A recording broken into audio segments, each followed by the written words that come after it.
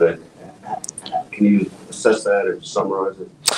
Yeah, well, we're definitely disappointed with how the stadium vote turned out. It was something that we had worked on for several years, and we were excited about the opportunity to be able to renovate GEHA Field at Arrowhead.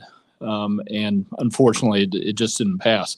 I've been through a few of these processes, and I know from that experience that what you try first doesn't always succeed.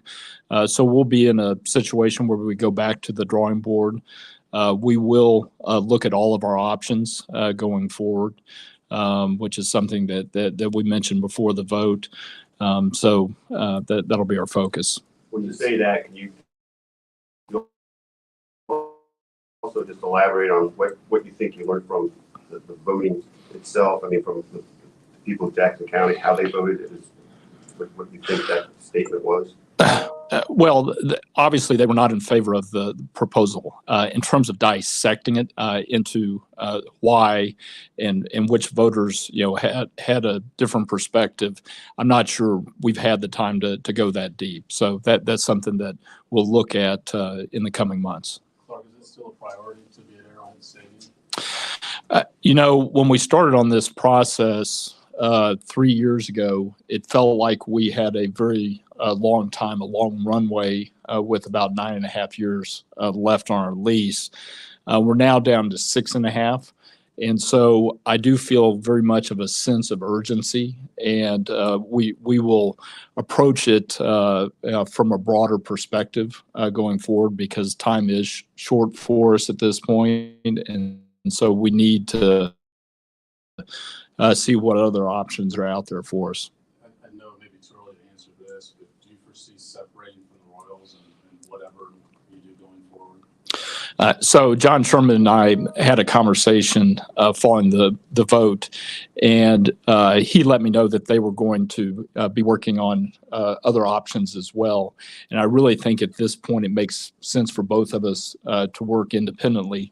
There's certainly nothing to preclude us coming back and doing something together, but he also feels the sense of urgency, and I know he's eager to try to find a long-term solution, which we are as well. Why do you see that it makes sense for each team, or at least in this case the Chiefs, to work independently rather than with the Royals? Well, the fact that we've been here together for over 50 years at the sports complex, I think, was really the reason that we were working together. We also currently have an existing sales tax that was voted in some 17 or 18 years ago that supports both stadiums. The Royals are going to be looking at options that may not include the sports complex, and we'll be doing the same thing. So I really think at this point it makes sense for us to go our separate ways. Like you said, obviously 6.5 years obviously leads to some level of urgency. What's the most ideal time to have some sort of conclusion of what the next step is? Well, stadium development projects just take a long time, and I don't want to put a specific number on it, but with only 6.5 years left on the lease, we're going to have to work very hard over the next year and a half to see if we can find an option. Clark, with the stadium proposal that you had out there and then design, have you guys kind of go back to the drawing board in terms of how you designed it, what you wanted to see at the Arrowhead? Or are you just trying to reimagine something differently now that you know that maybe you had time to assess the original concept? We've really not had time to reflect on that.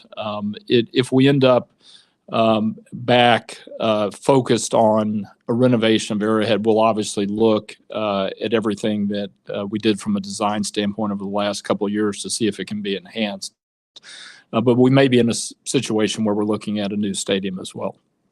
Arrowhead is one of, if you open it up to more options, Arrowhead is one of those options, though. It definitely is, yes.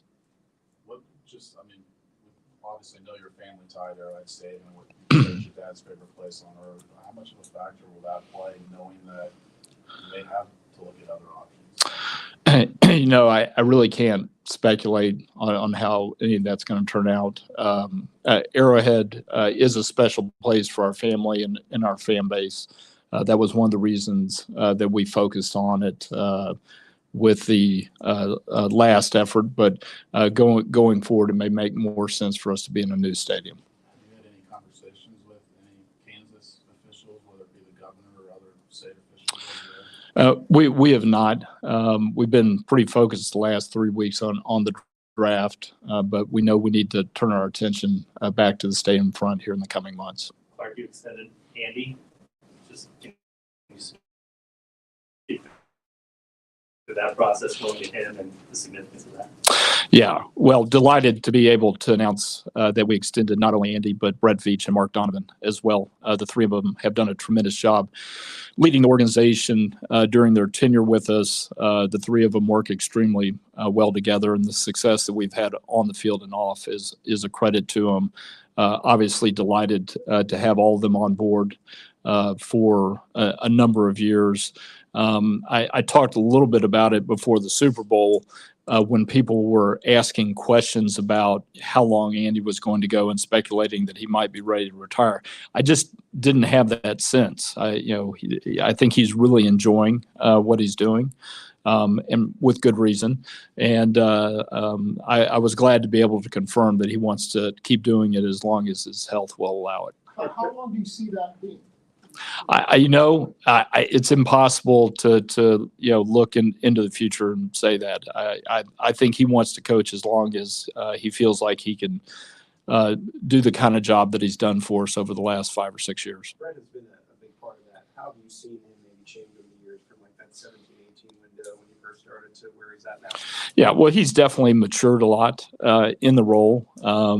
He was somebody who really came up in the business underneath Andy. And I would say he's much more independent in his thinking at this standpoint. This weekend's probably the best example of that. The draft is his process, his and his staff's process. And certainly there's a collaboration that happens between the general manager and the head coach, but Brett's the guy that's running the show, and I think doing a great job at it. Earlier this month, you obviously had the incident with Rashid and Dallas. Kind of a two-part question. One, how comfortable are you as far as his status on the team with the investigation as it's going on?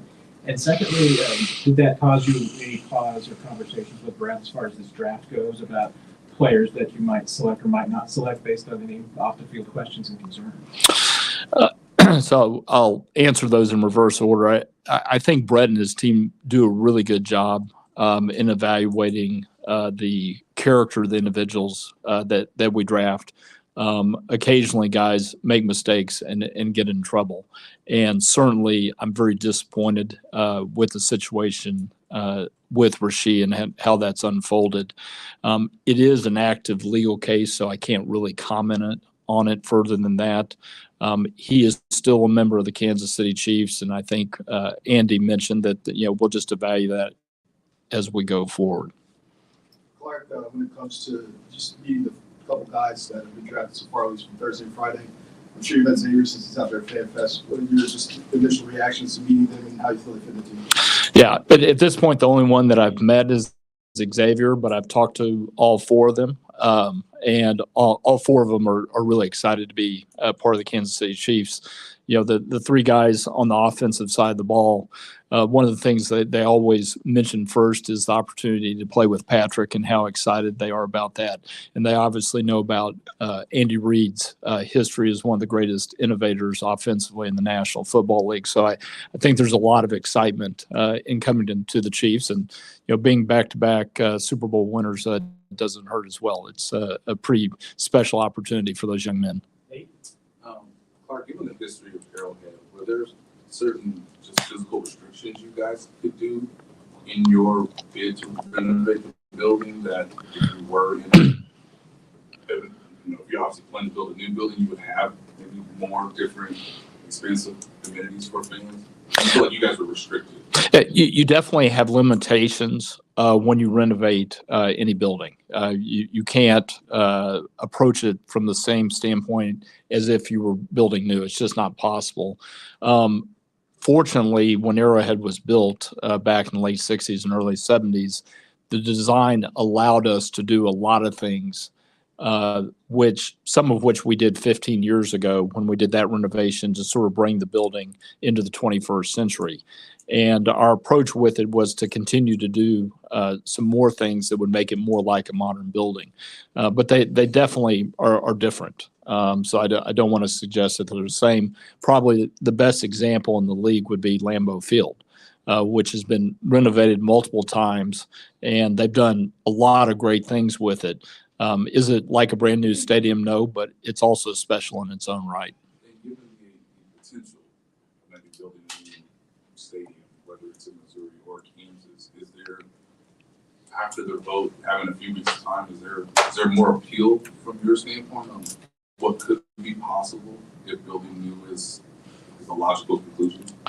Yeah, I wouldn't say anything's changed in the last 2 or 3 weeks. We were obviously very focused on Arrowhead, and as I mentioned earlier, it's a special place for our fan base, and I believe it could be a special place for our fan base for another 25 years with the right renovation.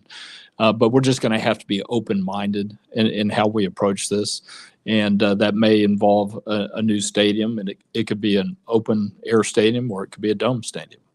The last of I, go ahead, Clark, between the clock ticking on the lease, 6.5 years, and World Cup preparations, renovations, and what to do before and after, I wonder how all that speaks to a timeline you might have in mind for trying to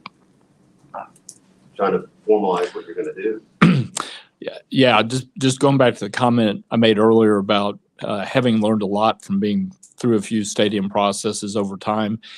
They're really hard things to put deadlines on, and I think it would be a mistake to do that because we invariably would probably miss a deadline. We just need to work as quickly as possible. And that's not something that happens in weeks. It's months and years to find the right solution. Your lead in about the World Cup, I think, is pertinent as well, because we do have a lot of work that we have to get done over the next 2 years to make sure that we can host the games and really make sure that Kansas City is regarded as one of the best World Cup sites when the tournament comes to the U.S. in 2026. So we have a lot to work on and think about there, and that process is already underway. We've started the renovations for the World Cup. Thanks, Mark. Thank you. Thank you.